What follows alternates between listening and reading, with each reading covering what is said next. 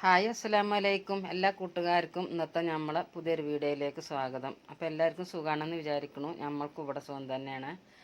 അപ്പോൾ നമ്മളിന്ന് വന്നിരിക്കുന്നത് കാസർകോട്ടുകാരെ സ്വന്തം എന്ന് പറയുന്ന ഒരു അപ്പത്തിൻ്റെ വീഡിയോ ആണ് കേട്ടോ. ഇത് ശരിക്കും ആ ഒരു പരമ്പരാഗതമായിട്ടുള്ളൊരു ഭക്ഷണമാണെന്നാണ് അവർ പറയുന്നത്. ഇതിങ്ങനെ വിരുന്നേരൊക്കെ വരുമ്പോഴും ചായക്കടയിലൊക്കെ സുലഭമായിട്ട് കിട്ടുന്ന ഒരു അപ്പാണെന്നാണ് പറയുന്നത്. അപ്പോൾ ഇതിലെന്താ ഇത്ര പ്രത്യേകത എന്ന് ഞാനും വിചാരിച്ചിട്ടോ.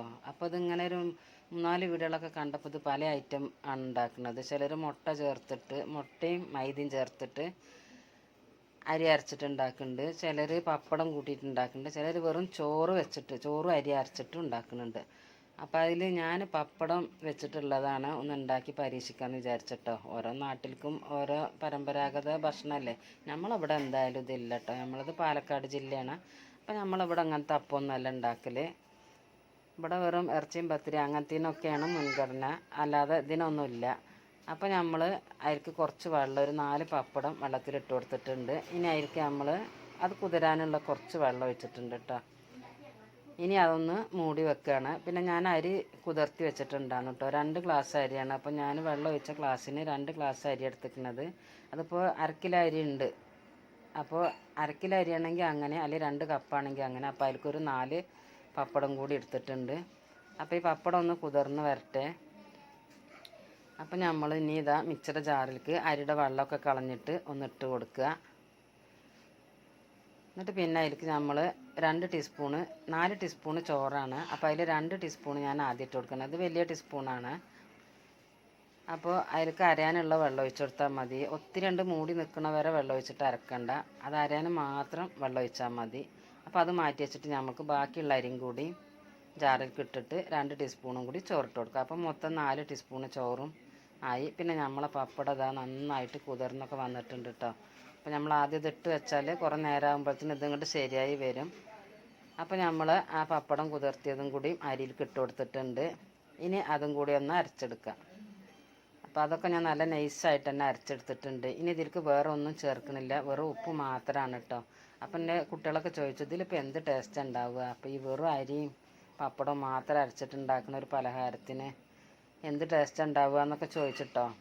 അപ്പം ഞാൻ എന്തായാലും ഇത് ഉണ്ടാക്കാൻ നോക്കട്ടെ. അപ്പോൾ നമുക്ക് അറിയാമല്ലോ എന്ന് വിചാരിച്ചിട്ട് ഫസ്റ്റാണ് ഞാനിപ്പോൾ ഇത് ഉണ്ടാക്കിയെടുക്കുന്നത് കേട്ടോ. അപ്പോൾ ആദ്യമായിട്ട് തന്നെ എണ്ണ നന്നായിട്ട് ചൂടായിട്ടുണ്ടായിരുന്നു. ഫസ്റ്റ് തന്നെ കോളായി കിട്ടിയിട്ടോ. അത് ഒഴിച്ചു കൊടുത്തതും എണ്ണ കൂടുതലായിട്ടും ചൂടായ കാരണം പുകയൊക്കെ വരുന്നുണ്ടോ അതിൻ്റെ ഉള്ളിൽ നിന്ന് പൊട്ടിയിട്ട്. അപ്പോൾ അത് ഞാൻ വേവിച്ചിട്ട് മാറ്റി വെച്ചിട്ടോ. അത് ഞാൻ കാണിച്ചു തരാം.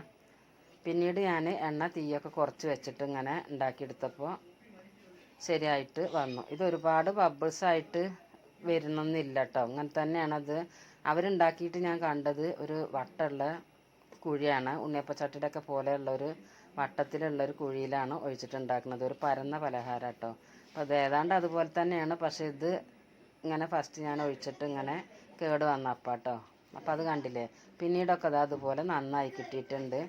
അപ്പോൾ നമ്മൾ ഇങ്ങനെ ഒരുപാട് മഞ്ഞ കളർ, ഇത് ബ്രൗൺ കളറൊന്നും ആവില്ല കേട്ടോ. അത് അരിപ്പൊടിയല്ലേ. അപ്പോൾ ഈ ഒരു കളറാകുമ്പോൾ തന്നെ നമുക്കത് എണ്ണയിൽ നിന്ന് മാറ്റാം. അപ്പോൾ തന്നെ അത് വെന്തിട്ടൊക്കെ ഉണ്ടാവും.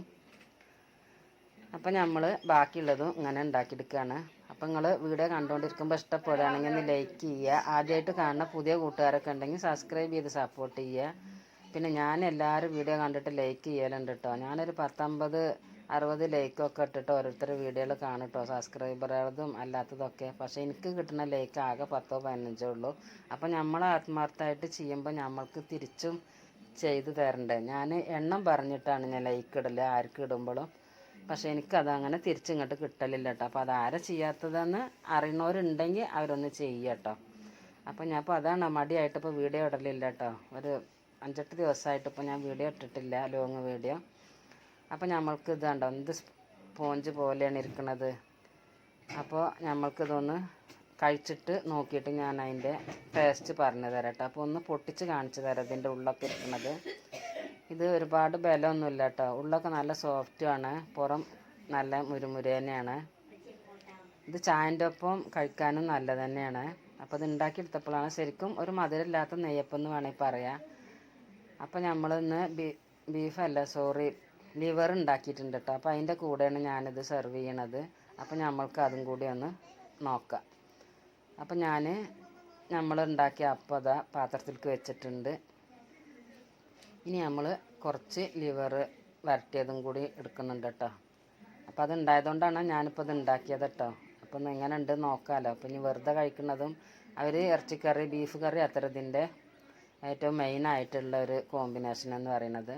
അപ്പോൾ അതുകൊണ്ട് തന്നെ ഞാനിപ്പോൾ ലിവറാണ് ഉണ്ടാക്കിയതെങ്കിലും അത് വെച്ചിട്ട് നമ്മളൊന്ന് കഴിച്ച് നോക്കിട്ടോ. ഞാൻ തന്നെ ഫസ്റ്റ് ഒന്നുകൊണ്ട് കഴിച്ച് നോക്കിട്ടോ. ഇനി മറ്റുള്ളവരൊന്നും പറയേണ്ട മുമ്പ് എങ്ങനെ ഉണ്ടെന്ന് അറിയണ്ടേ. അപ്പോൾ ഞാൻ കഴിച്ച് നോക്കി നോക്കുമ്പോൾ നല്ല ടേസ്റ്റ് കേട്ടോ. അപ്പോൾ ബീഫാണെങ്കിൽ ഒന്നും കൂടിയും ടേസ്റ്റ് ഉണ്ടാവുമെന്ന് തോന്നി. അപ്പോൾ നിങ്ങൾക്ക് എൻ്റെ വീഡിയോ ഇഷ്ടപ്പെട്ട ലൈക്ക് ചെയ്യുക, നിങ്ങളുടെ അഭിപ്രായങ്ങൾ എന്തായാലും കമൻറ്റ് ചെയ്യുക. പിന്നെ ഇതുപോലെ നിങ്ങളൊക്കെ ഒന്ന് ഉണ്ടാക്കി നോക്കിയിട്ട് എങ്ങനെ ഉണ്ടായിരുന്നു എന്നൊന്ന് അറിയിച്ചട്ടോ. പിന്നെ ഇതിലെന്തെങ്കിലും കാസർഗോഡേരെ അപ്പം എന്ന് പറയുമ്പോൾ അതിലെന്തെങ്കിലും അപാകത ഉണ്ടെങ്കിൽ അതും കൂടി ഒന്ന് അറിയുന്നവരുണ്ടെങ്കിൽ അതും ഒന്ന് അറിയിക്കുക. അപ്പോൾ ഇൻഷാ അല്ലാഹ് അടുത്ത നല്ല പുതിയൊരു വീഡിയോ ആയിട്ട് നമുക്ക് വീണ്ടും കാണാം.